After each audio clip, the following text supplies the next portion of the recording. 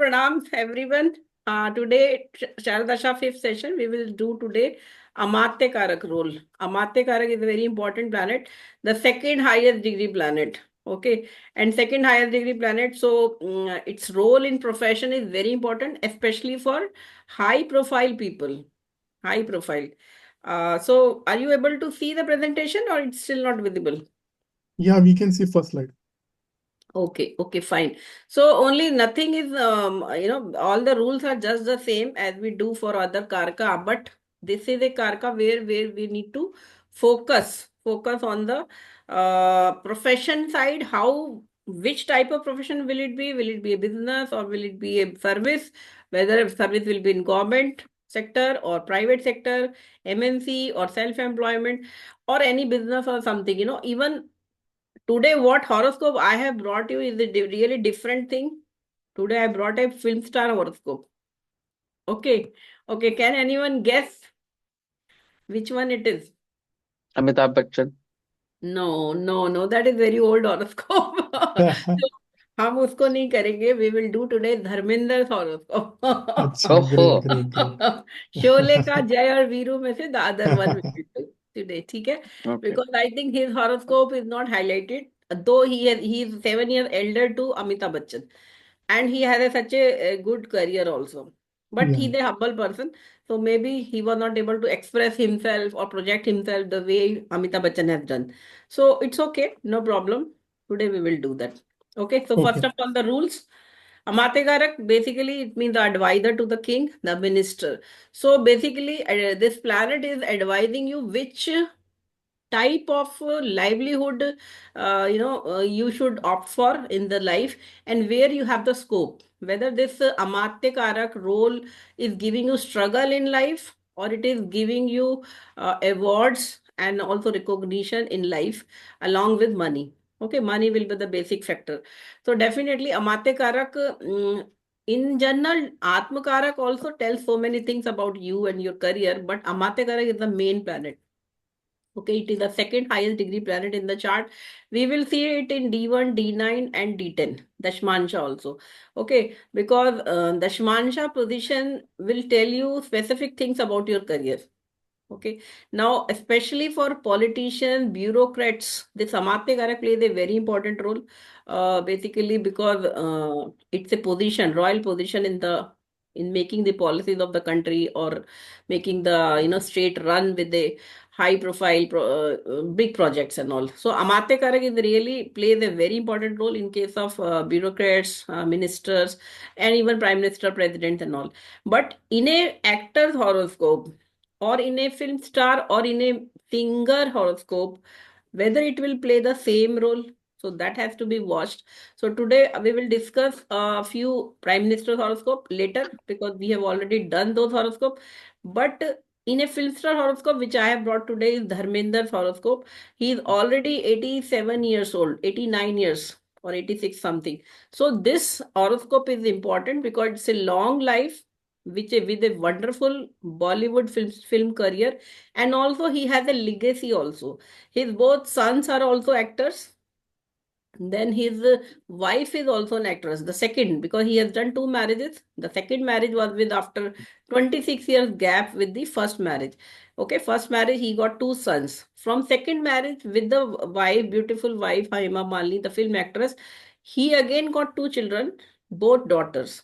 Okay, two more daughters were also there from the first wife. So in total he has six children, and again sons also are having again one more son.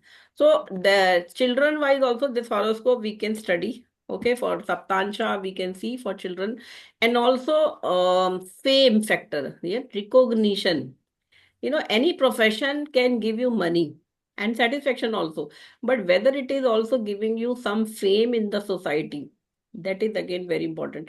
And in case of very successful people, celebrities, specifically celebrities, I would say, whether it is a film star or a TV personality or a minister or a bureaucrat, those who are in limelight, basically limelight people, for them 11th house is very important.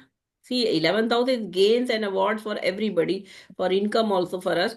But such people, those who are getting Padma Bhushan, Padma Shri, Bharat Ratna, these are the specific awards, given by the governments of those countries, like our country or other countries also.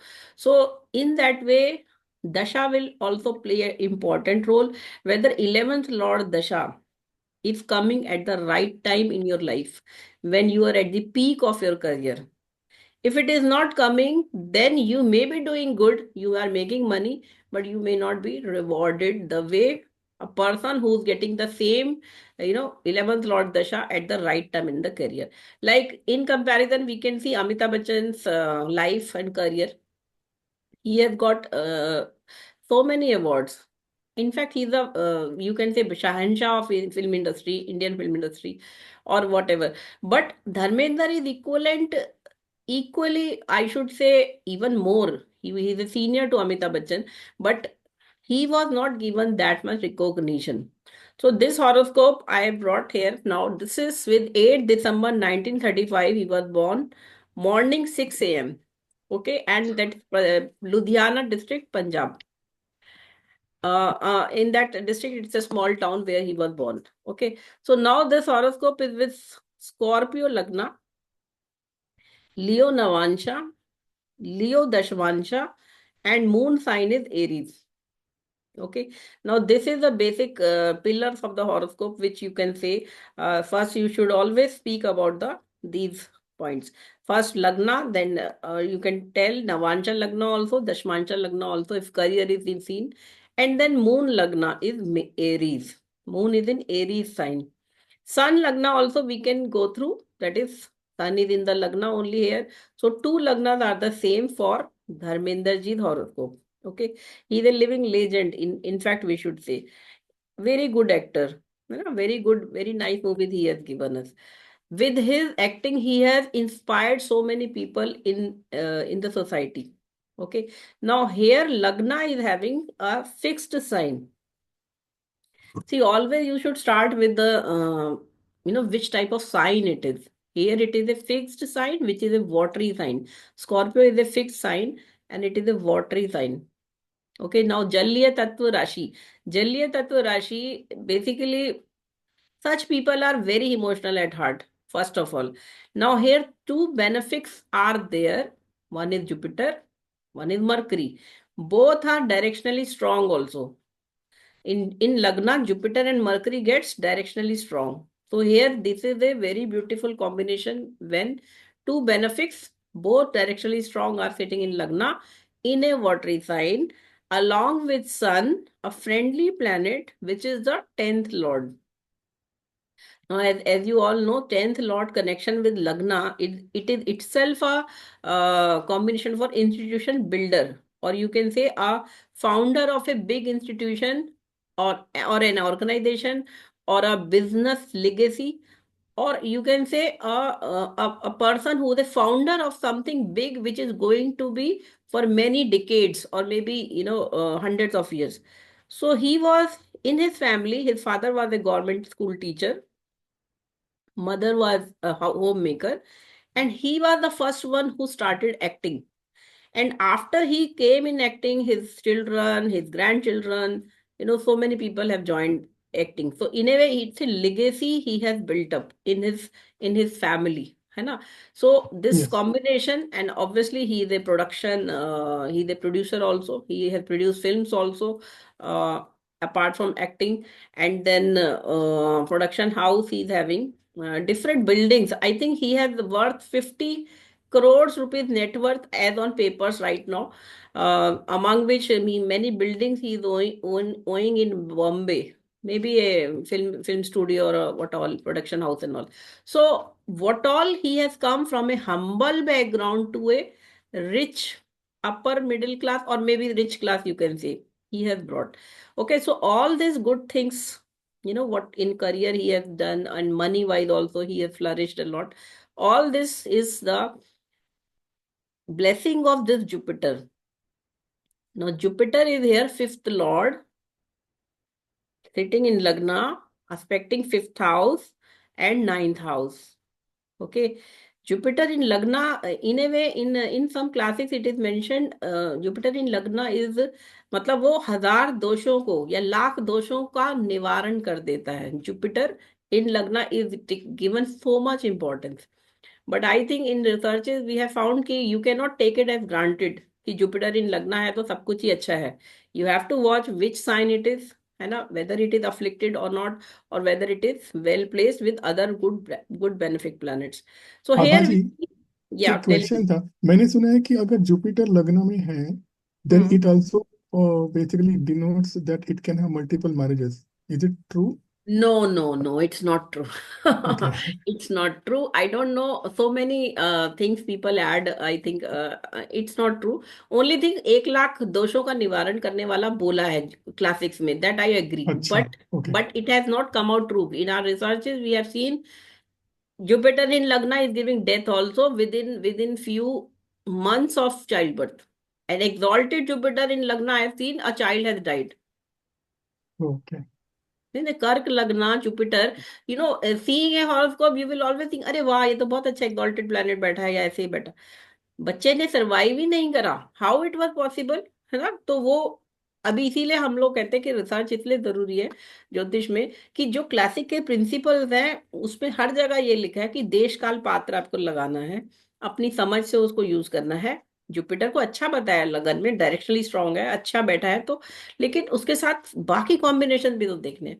अब यहाँ पे हम लोग क्या देख रहे हैं, आप बताओ. यहाँ पे सेकेंड हाउस में राहु बैठा है. मंगल एक्सॉल्टेड, लग्ना lord is exalted in third house.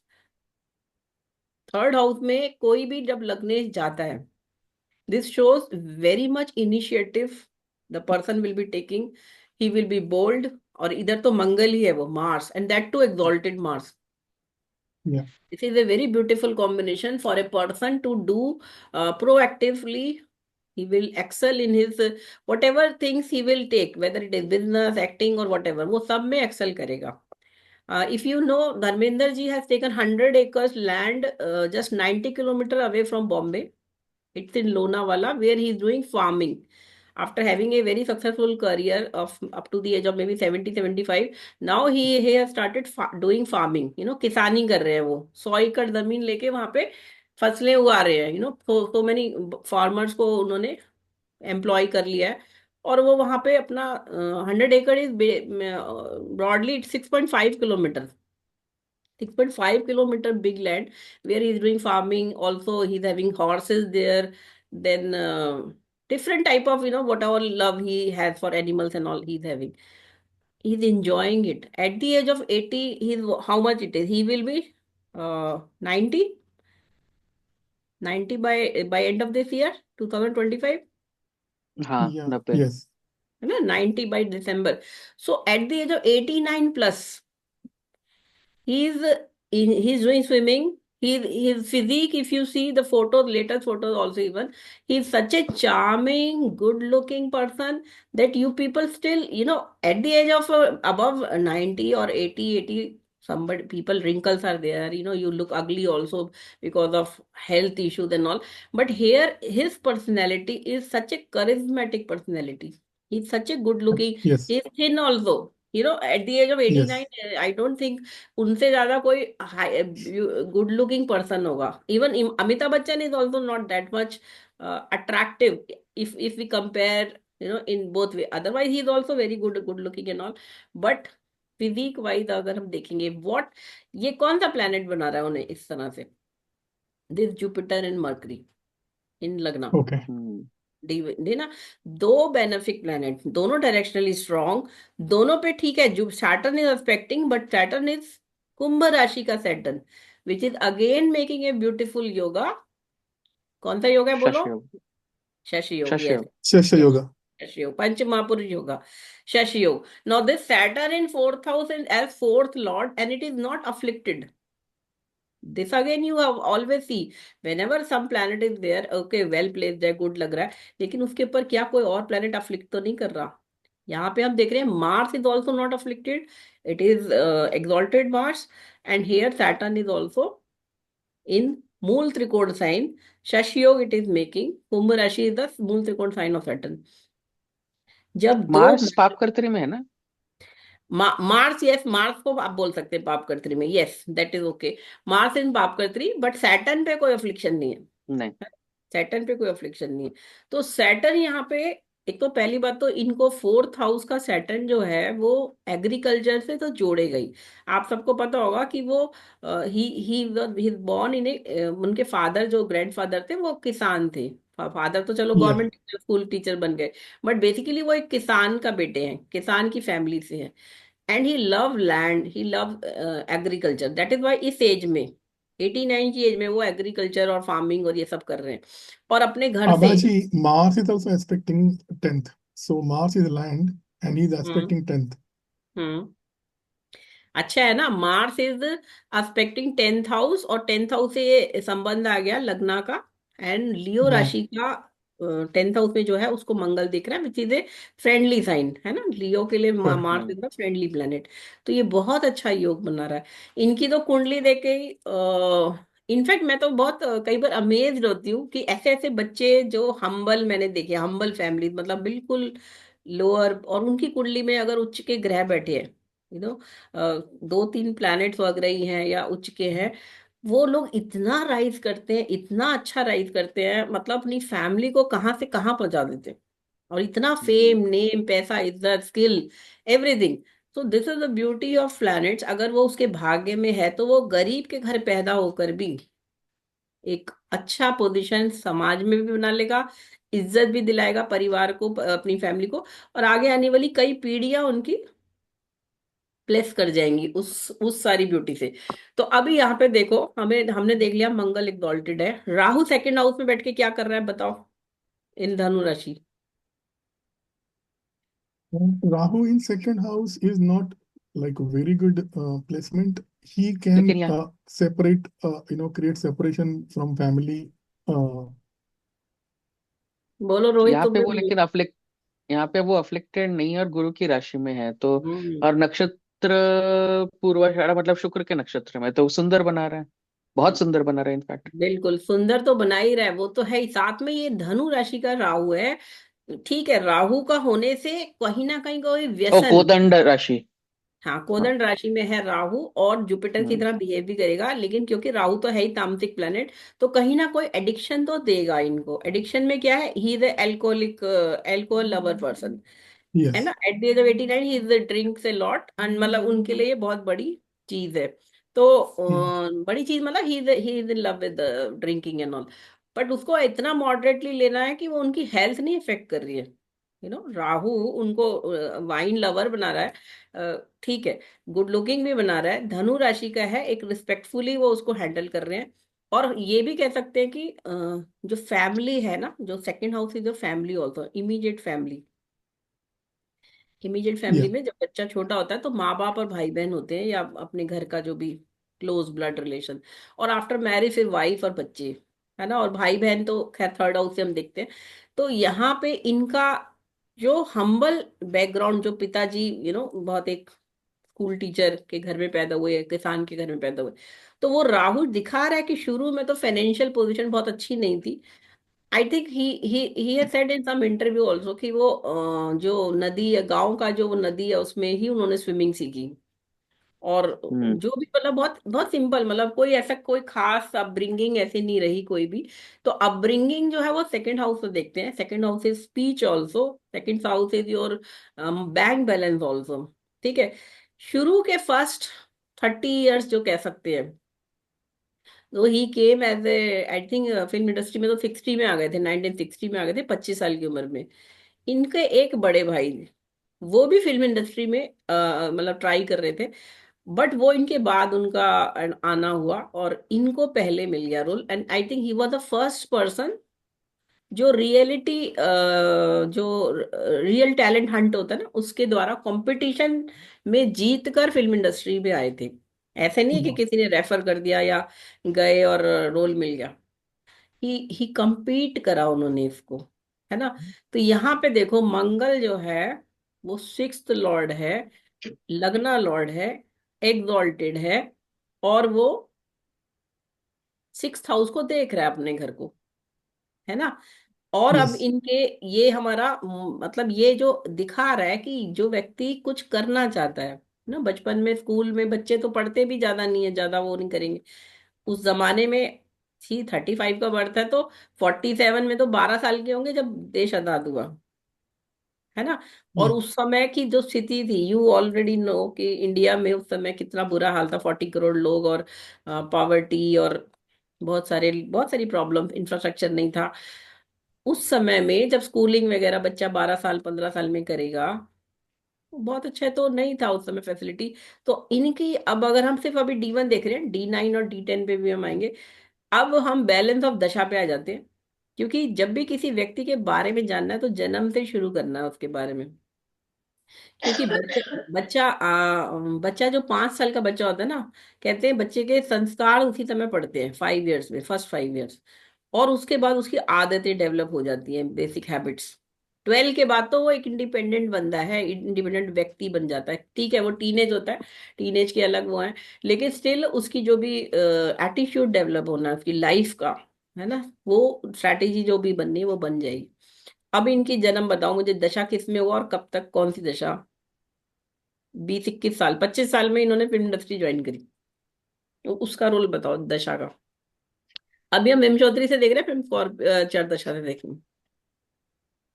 शुक्र की दशा में जन्म है, हम्म। और इंडस्ट्री 25 साल की उम्र में, मतलब 1960 में, तो हम्म। मंगल में उन्होंने शायद पहली फिल्म की थी, मंगल की तो now Venus is place in 12th house, तुला राशि का है, अच्छा है, मूल त्रिकोण उनका राशि का शायद है। उनका शायद विवाह भी जल्दी हो गया ना, उनका विवाह हो गया था, पहला वाला। 54 में हो गया था। हाँ, 54 में कितने साल के थे? 35, 45, 55, फिफ्टी चंद्र फोर की दशा में, आई आई विल चेकअप कब है। मैरिज तो हो गई थी उनकी, मतलब 80 में शायद इनके साथ हुआ ना, इन हेमा मालिनी। हेमा मालिनी। हेमा मालिनी के साथ। तो ये हाँ, तो विवाह तो जल्दी हो गया था, 26 साल के बाद। 26 साल के बाद दूसरा विवाह हुआ, इतना मुझे याद है अभी इनकी कुंडली में। तो कोई बात नहीं, शुक्र और चंद्रमा। देखो मैंने पिछली क्लास में तुम्हें बताया भी था, रोहित को, कि शुक्र की पोजीशन अच्छी है तो गुड लुकिंग तो व्यक्ति होगा। शुक्र के जो मेन हम्म, कारकत्व है ना, ठीक है, वो sex, marital happiness, entertainment, dance, वो सब, या 64 कलाओं का स्वामी है शुक्र, वो तो है ही, लेकिन शुक्र सुंदरता का भी कारक है। चंद्रमा भी सुंदरता देता है, चंद्रमा, लेकिन कौन सी सुंदरता देगा? जो मदरली होगी, ममता के हम्म, साथ जुड़ा है चंद्रमा, है ना। शुक्र जो देता है वो उन वुमेन के साथ जुड़ा है, एज ए वाइफ और एज ए गर्लफ्रेंड, है ना। शुक्र को हमेशा गर्लफ्रेंड माना गया है ग्रहों में, बुध की गर्लफ्रेंड। मर्क्यूरी में भी माना गया ना। मरकरी प्रिंस है ग्रहों के दरबार में। राजा अगर सूर्य है, रानी अगर चंद्रमा है, तो बुध जो है प्रिंस है, राजकुमार है, और शुक्र उसकी प्रेयसी है, पत्नी या गर्लफ्रेंड। तो शुक्र को एक प्रॉपर जो वुमेन, जो एज ए लव के लिए, जो एक हस्बैंड मैन वुमेन के बीच की रिलेशनशिप है, वो वुमेन के लिए वीनस को ही माना गया है, मून को नहीं अच्छा, मानेंगे उसको, है ना। तो मून को ओके। हमेशा और गुरु मदर को से भी नहीं जोड़ा है। मानेंगे। हाँ, दोनों वाटरी, नहीं, दोनों त्रिग्रह हैं, शुक्र और चंद्रमा। दोनों भावुक हैं, दोनों इमोशनल हैं, लेकिन एक के इमोशन मदरली है, एक के है एज ए वाइफ। ठीक है, ये मैं बोल रहा डिफरेंस। था पति का कारक गुरु नहीं मानेंगे हम। नहीं, विमेन के लिए तो आप लड़की की गुरु है ना। कुंडली में, लड़की की कुंडली या जब हम देखते हैं तो उसकी कुंडली में हम जुपिटर को पति के कारक को मान के देखते हैं। बट लेकिन एक आदमी की कुंडली में हमें शुक्र से हम वुमेन और वाइफ को देखेंगे। लेकिन सेक्सुअल रिलेशनशिप्स तो शुक्र से ही देखेंगे ना, मतलब तो उसी एक से देखेंगे। पति की। हाँ, तो वो लड़की की कुंडली में भी। हाँ हाँ, वो तो उससे ही देखेंगे, लेकिन एज ए हस्बैंड का, क्योंकि जनरली हिंदुओं में मानते कि गुरु, पति गुरु भी है, ऐसा मानते हैं। जी। ठीक है, आजकल तो सब बराबर है सब ये, लेकिन पुराने शास्त्रों में ऐसे मानते थे कि पति ही गुरु है, वो उसका भगवान है ना, पति परमेश्वर बोलते थे। हम्म, तो वो सब उस तरह से ले लो, बट उसको लिटरली मत लेना। ऑब्वियसली हमें वीनस को हम्म, तो देखना ही देखना है for wife and hmm, natural relationship. तो अब यहाँ पे पहली बात, यहाँ पे मून जो है मेष राशि का है, भरणी नक्षत्र में है, शुक्र का नक्षत्र है, जो कि बड़ा वेल, मतलब अपने साइन में बैठा है, और 12वें घर का शुक्र क्या बना रहा है बताओ?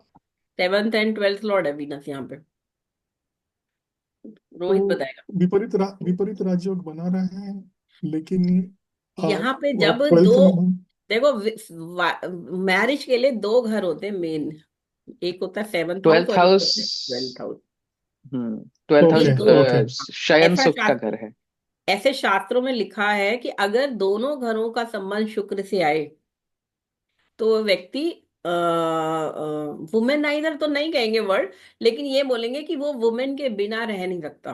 मतलब he will be always, atikami. Women will be in his life. हाँ, है ना। और यहाँ पे ये वुमेन जो दिखा रहा है, जो शुक्र है, इस पे कोई नेगेटिव प्रभाव नहीं है, ना मंगल देख रहा है, ना शनि देख रहा है, ना राहु केतु देख रहे हैं। This is a beautiful Venus. So ये दिखा रहा है कि शादी जल्दी होगी, क्योंकि वुमेन से संबंध तो आना ही है, गुड लुकिंग वो है ही। हम्म लगन से हम्म सप्तम को दो शुक्र ग्रह देख ही रहे हैं, और चंद्रमा भी शुक्र को देख रहा है, तो शादी जल्दी होगी। ये एक प्रॉमिस बन गया कुंडली का D1 देख के।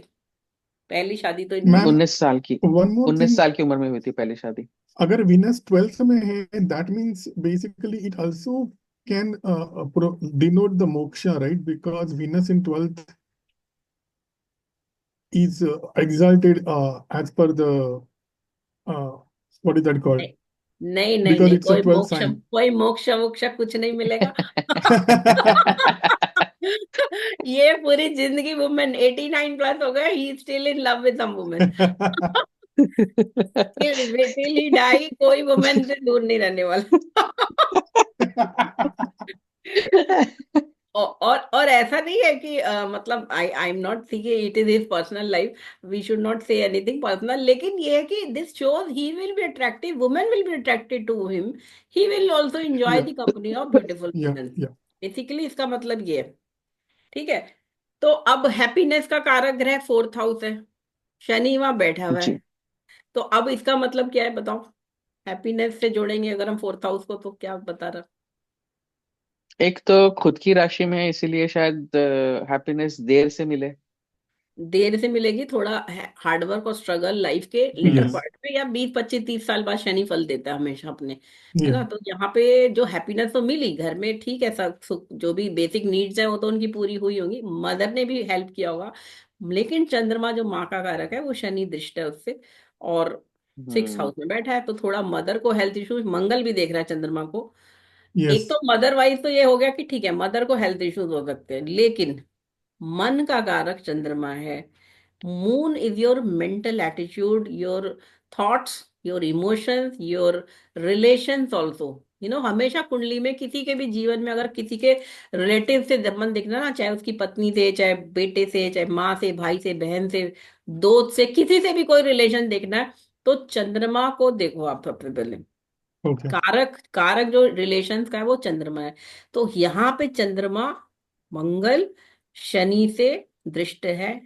दो, 4th Lord is in 4th, मंगल लग्ना, लग्ना लॉर्ड एग्जॉल्टेड, है ना, शुभ ग्रह केंद्र में, सब कुछ अच्छा है, वीनस भी अच्छा है, राहु केतु भी ठीक ही है।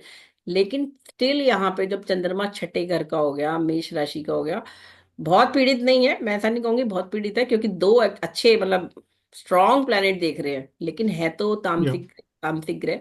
तो अब यहाँ पे हम्म। क्या दिखा रहा है ये, कि ये व्यक्ति, रिलेशंस होंगे, अच्छे होंगे, लेकिन उसकी जो बेसिक, उसमें आइडियलिज्म नहीं होगा, उसमें स्वार्थ, या ये कह सकते हैं कि self centred happiness will play a important role सब रिलेशन में। इफ देखो, मैं ये नहीं कह रही वो किसी को, इतना तो हम नहीं जान सकते, लेकिन स्टिल जो भी उनको देख के, उनके इंटरव्यूज अगर हम देखते, तो he is a good father, he is a good husband also, good grandfather also. But अगर उनको अगर इंजॉय करना है, वाइन पीनी है, या वुमेन के साथ घूमने फिरने जाना है, या वट एवर जो भी उनकी पर्सनल नीड है उस समय, वो उसके लिए इमीडिएटली मुंह पे बोल देंगे अपने बच्चों को कि तुम जाओ भाई, अब मुझे एंजॉय करना भी। बिकॉज यहाँ शनि और मंगल दोनों तामसिक ग्रह हैं, उनको वो मून जो उनका भरणी नक्षत्र में है, वो उन्हें craving for luxury, craving for fun, fun loving, enjoyment दिखा रहा है। तो बेसिक इनका जो एटीट्यूड, और इसमें कोई बुराई नहीं है, as an actor I think उनके लिए ये बहुत जरूरी भी है। Is a good yeah, poet also, उनको पोएट मतलब आई डोंट नो वो खुद लिखते हैं या वो दूसरों की शायरी पढ़ते हैं, but he remembers. Now moon यहाँ पर, मून पोएट्री भी देता है, ठीक है, पोएट्री और सब तरह का जो लिटरेचर से संबंधित अगर अच्छा आना है, किसी की मेमोरी को भी अगर हमें देखना है, मरकरी से हम देखते हैं वैसे तो वो कि कितना वो शार्प है, वो सब इंटेलेक्ट, लेकिन मून से आप उनकी रिकॉल करने की शक्ति, at the age of 89 if he is ready, he is reciting nice poems, songs, song dance, जो भी डांस तो उन्हें बहुत अच्छा नहीं आता, लेकिन स्टिल जो भी है वो एक अच्छा लेवल है। नहीं तो लोगों को तो इस उम्र में भूलने की आदत हो जाती है, बहुत सारी प्रॉब्लम्स हैं। लेकिन Yeah. यहाँ ये मून वीनस से भी दृष्ट है, मंगल शनि जहाँ तामसिक बना रहे हैं, थोड़ा सा वैसा बना रहे हैं, love love and fun loving and तामसिक, वहां पे ये वीनस इनको कंट्रोल करके एक शुभ ग्रह, एक एंटरटेनमेंट और म्यूजिक और फिल्म इंडस्ट्री का ग्रह जो देख रहा है मून को, उनको फिल्म इंडस्ट्री से जोड़े हुए हैं। आप ये देखो कितने एक्टर्स Mm. हैं जिन्होंने कुछ समय बाद 50 60 70 की एज में पहुंचने के बाद छोड़ दी फिल्म इंडस्ट्री, है ना, लेकिन कुछ लोगों Yeah. ने अभी तक भी कर रहे हैं।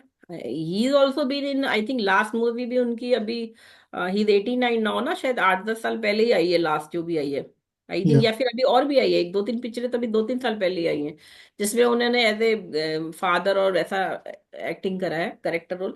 तो इस एज में भी इस तरह के रोल कर लेना, ये उन्हें इस इंडस्ट्री से जोड़ रहा है, बिकॉज ही इंजॉयज लाइमलाइट। ये सिंपल कॉम्बिनेशन है, मून वीनस जब आमने सामने होंगे, ये लाइमलाइट का कॉम्बिनेशन है। दिस पर्सन और कैन नॉट लिव, हाँ, can not live without limelight. जी, और चंद्रमा नवमेश भी है तो छठे भाव में, और फिर दो ग्रह से पीड़ित। और हाँ, अब इनका करियर में हम जैसे मोटा मोटा देखते हैं, ठीक है। करियर जो 10th हाउस है, 10th हाउस में मंगल और शनि देख रहे हैं। देखो हम्म। फिल्म इंडस्ट्री जो लाइन है ना, मैं ऐसे नहीं कह रही कि वो बुरी है, कई लोग बोलते हैं कि लोग एक्सप्लॉइट करते हैं या बहुत सारी और चीजें बोलते हैं नेगेटिव, है ना, मी टू बोलते हैं और पता नहीं क्या क्या बोलते हैं, लेकिन मंगल और शनि जब यहाँ स्वग्रही या उच्च के होके 10th हाउस को देख रहे हैं, तो ये इनके अंदर वो स्ट्राइविंग पावर भी दे रहे हैं, स्ट्रगल करके लड़के अपनी पोजीशन बनाने की भी शक्ति दे रहे हैं, और परवाह ना करना दूसरों की, जो नहीं दे रहा तो ना दे, भाड़ में जाए, है ना, because Mangal Shani Yes. Ego भी देते हैं आपको। ऐसा मानते हैं कि जितने मेलेफिक प्लेनेट है ना, अगर वो एग्जॉल्टेड हो या स्ट्रांग हो, तो इंसान को जिद्दी भी बनाते हैं, एडमेंट बनाते हैं, और लड़ाकू भी बनाएंगे। इनफैक्ट लड़ाकू से मतलब वैसे नहीं कि बिल्कुल सबसे बिल्कुल बुरी तरह क्वारलसम हो जाएगा बंदा, इन द सेंस वो अपने बात को रखने के लिए अपना पॉइंट अच्छी तरह से डिफेंड कर लेते हैं। तो यहाँ पे ये दोनों मंगल शनि तो ये दिखाई रहे हैं, और सूर्य का यहाँ पे 10th लॉर्ड होके लगन में जाना, और साथ में लग्नेश का 10th हाउस को देखना, बहुत अच्छा ब्यूटीफुल कॉम्बिनेशन है for making a very wonderful career which will give others also employment.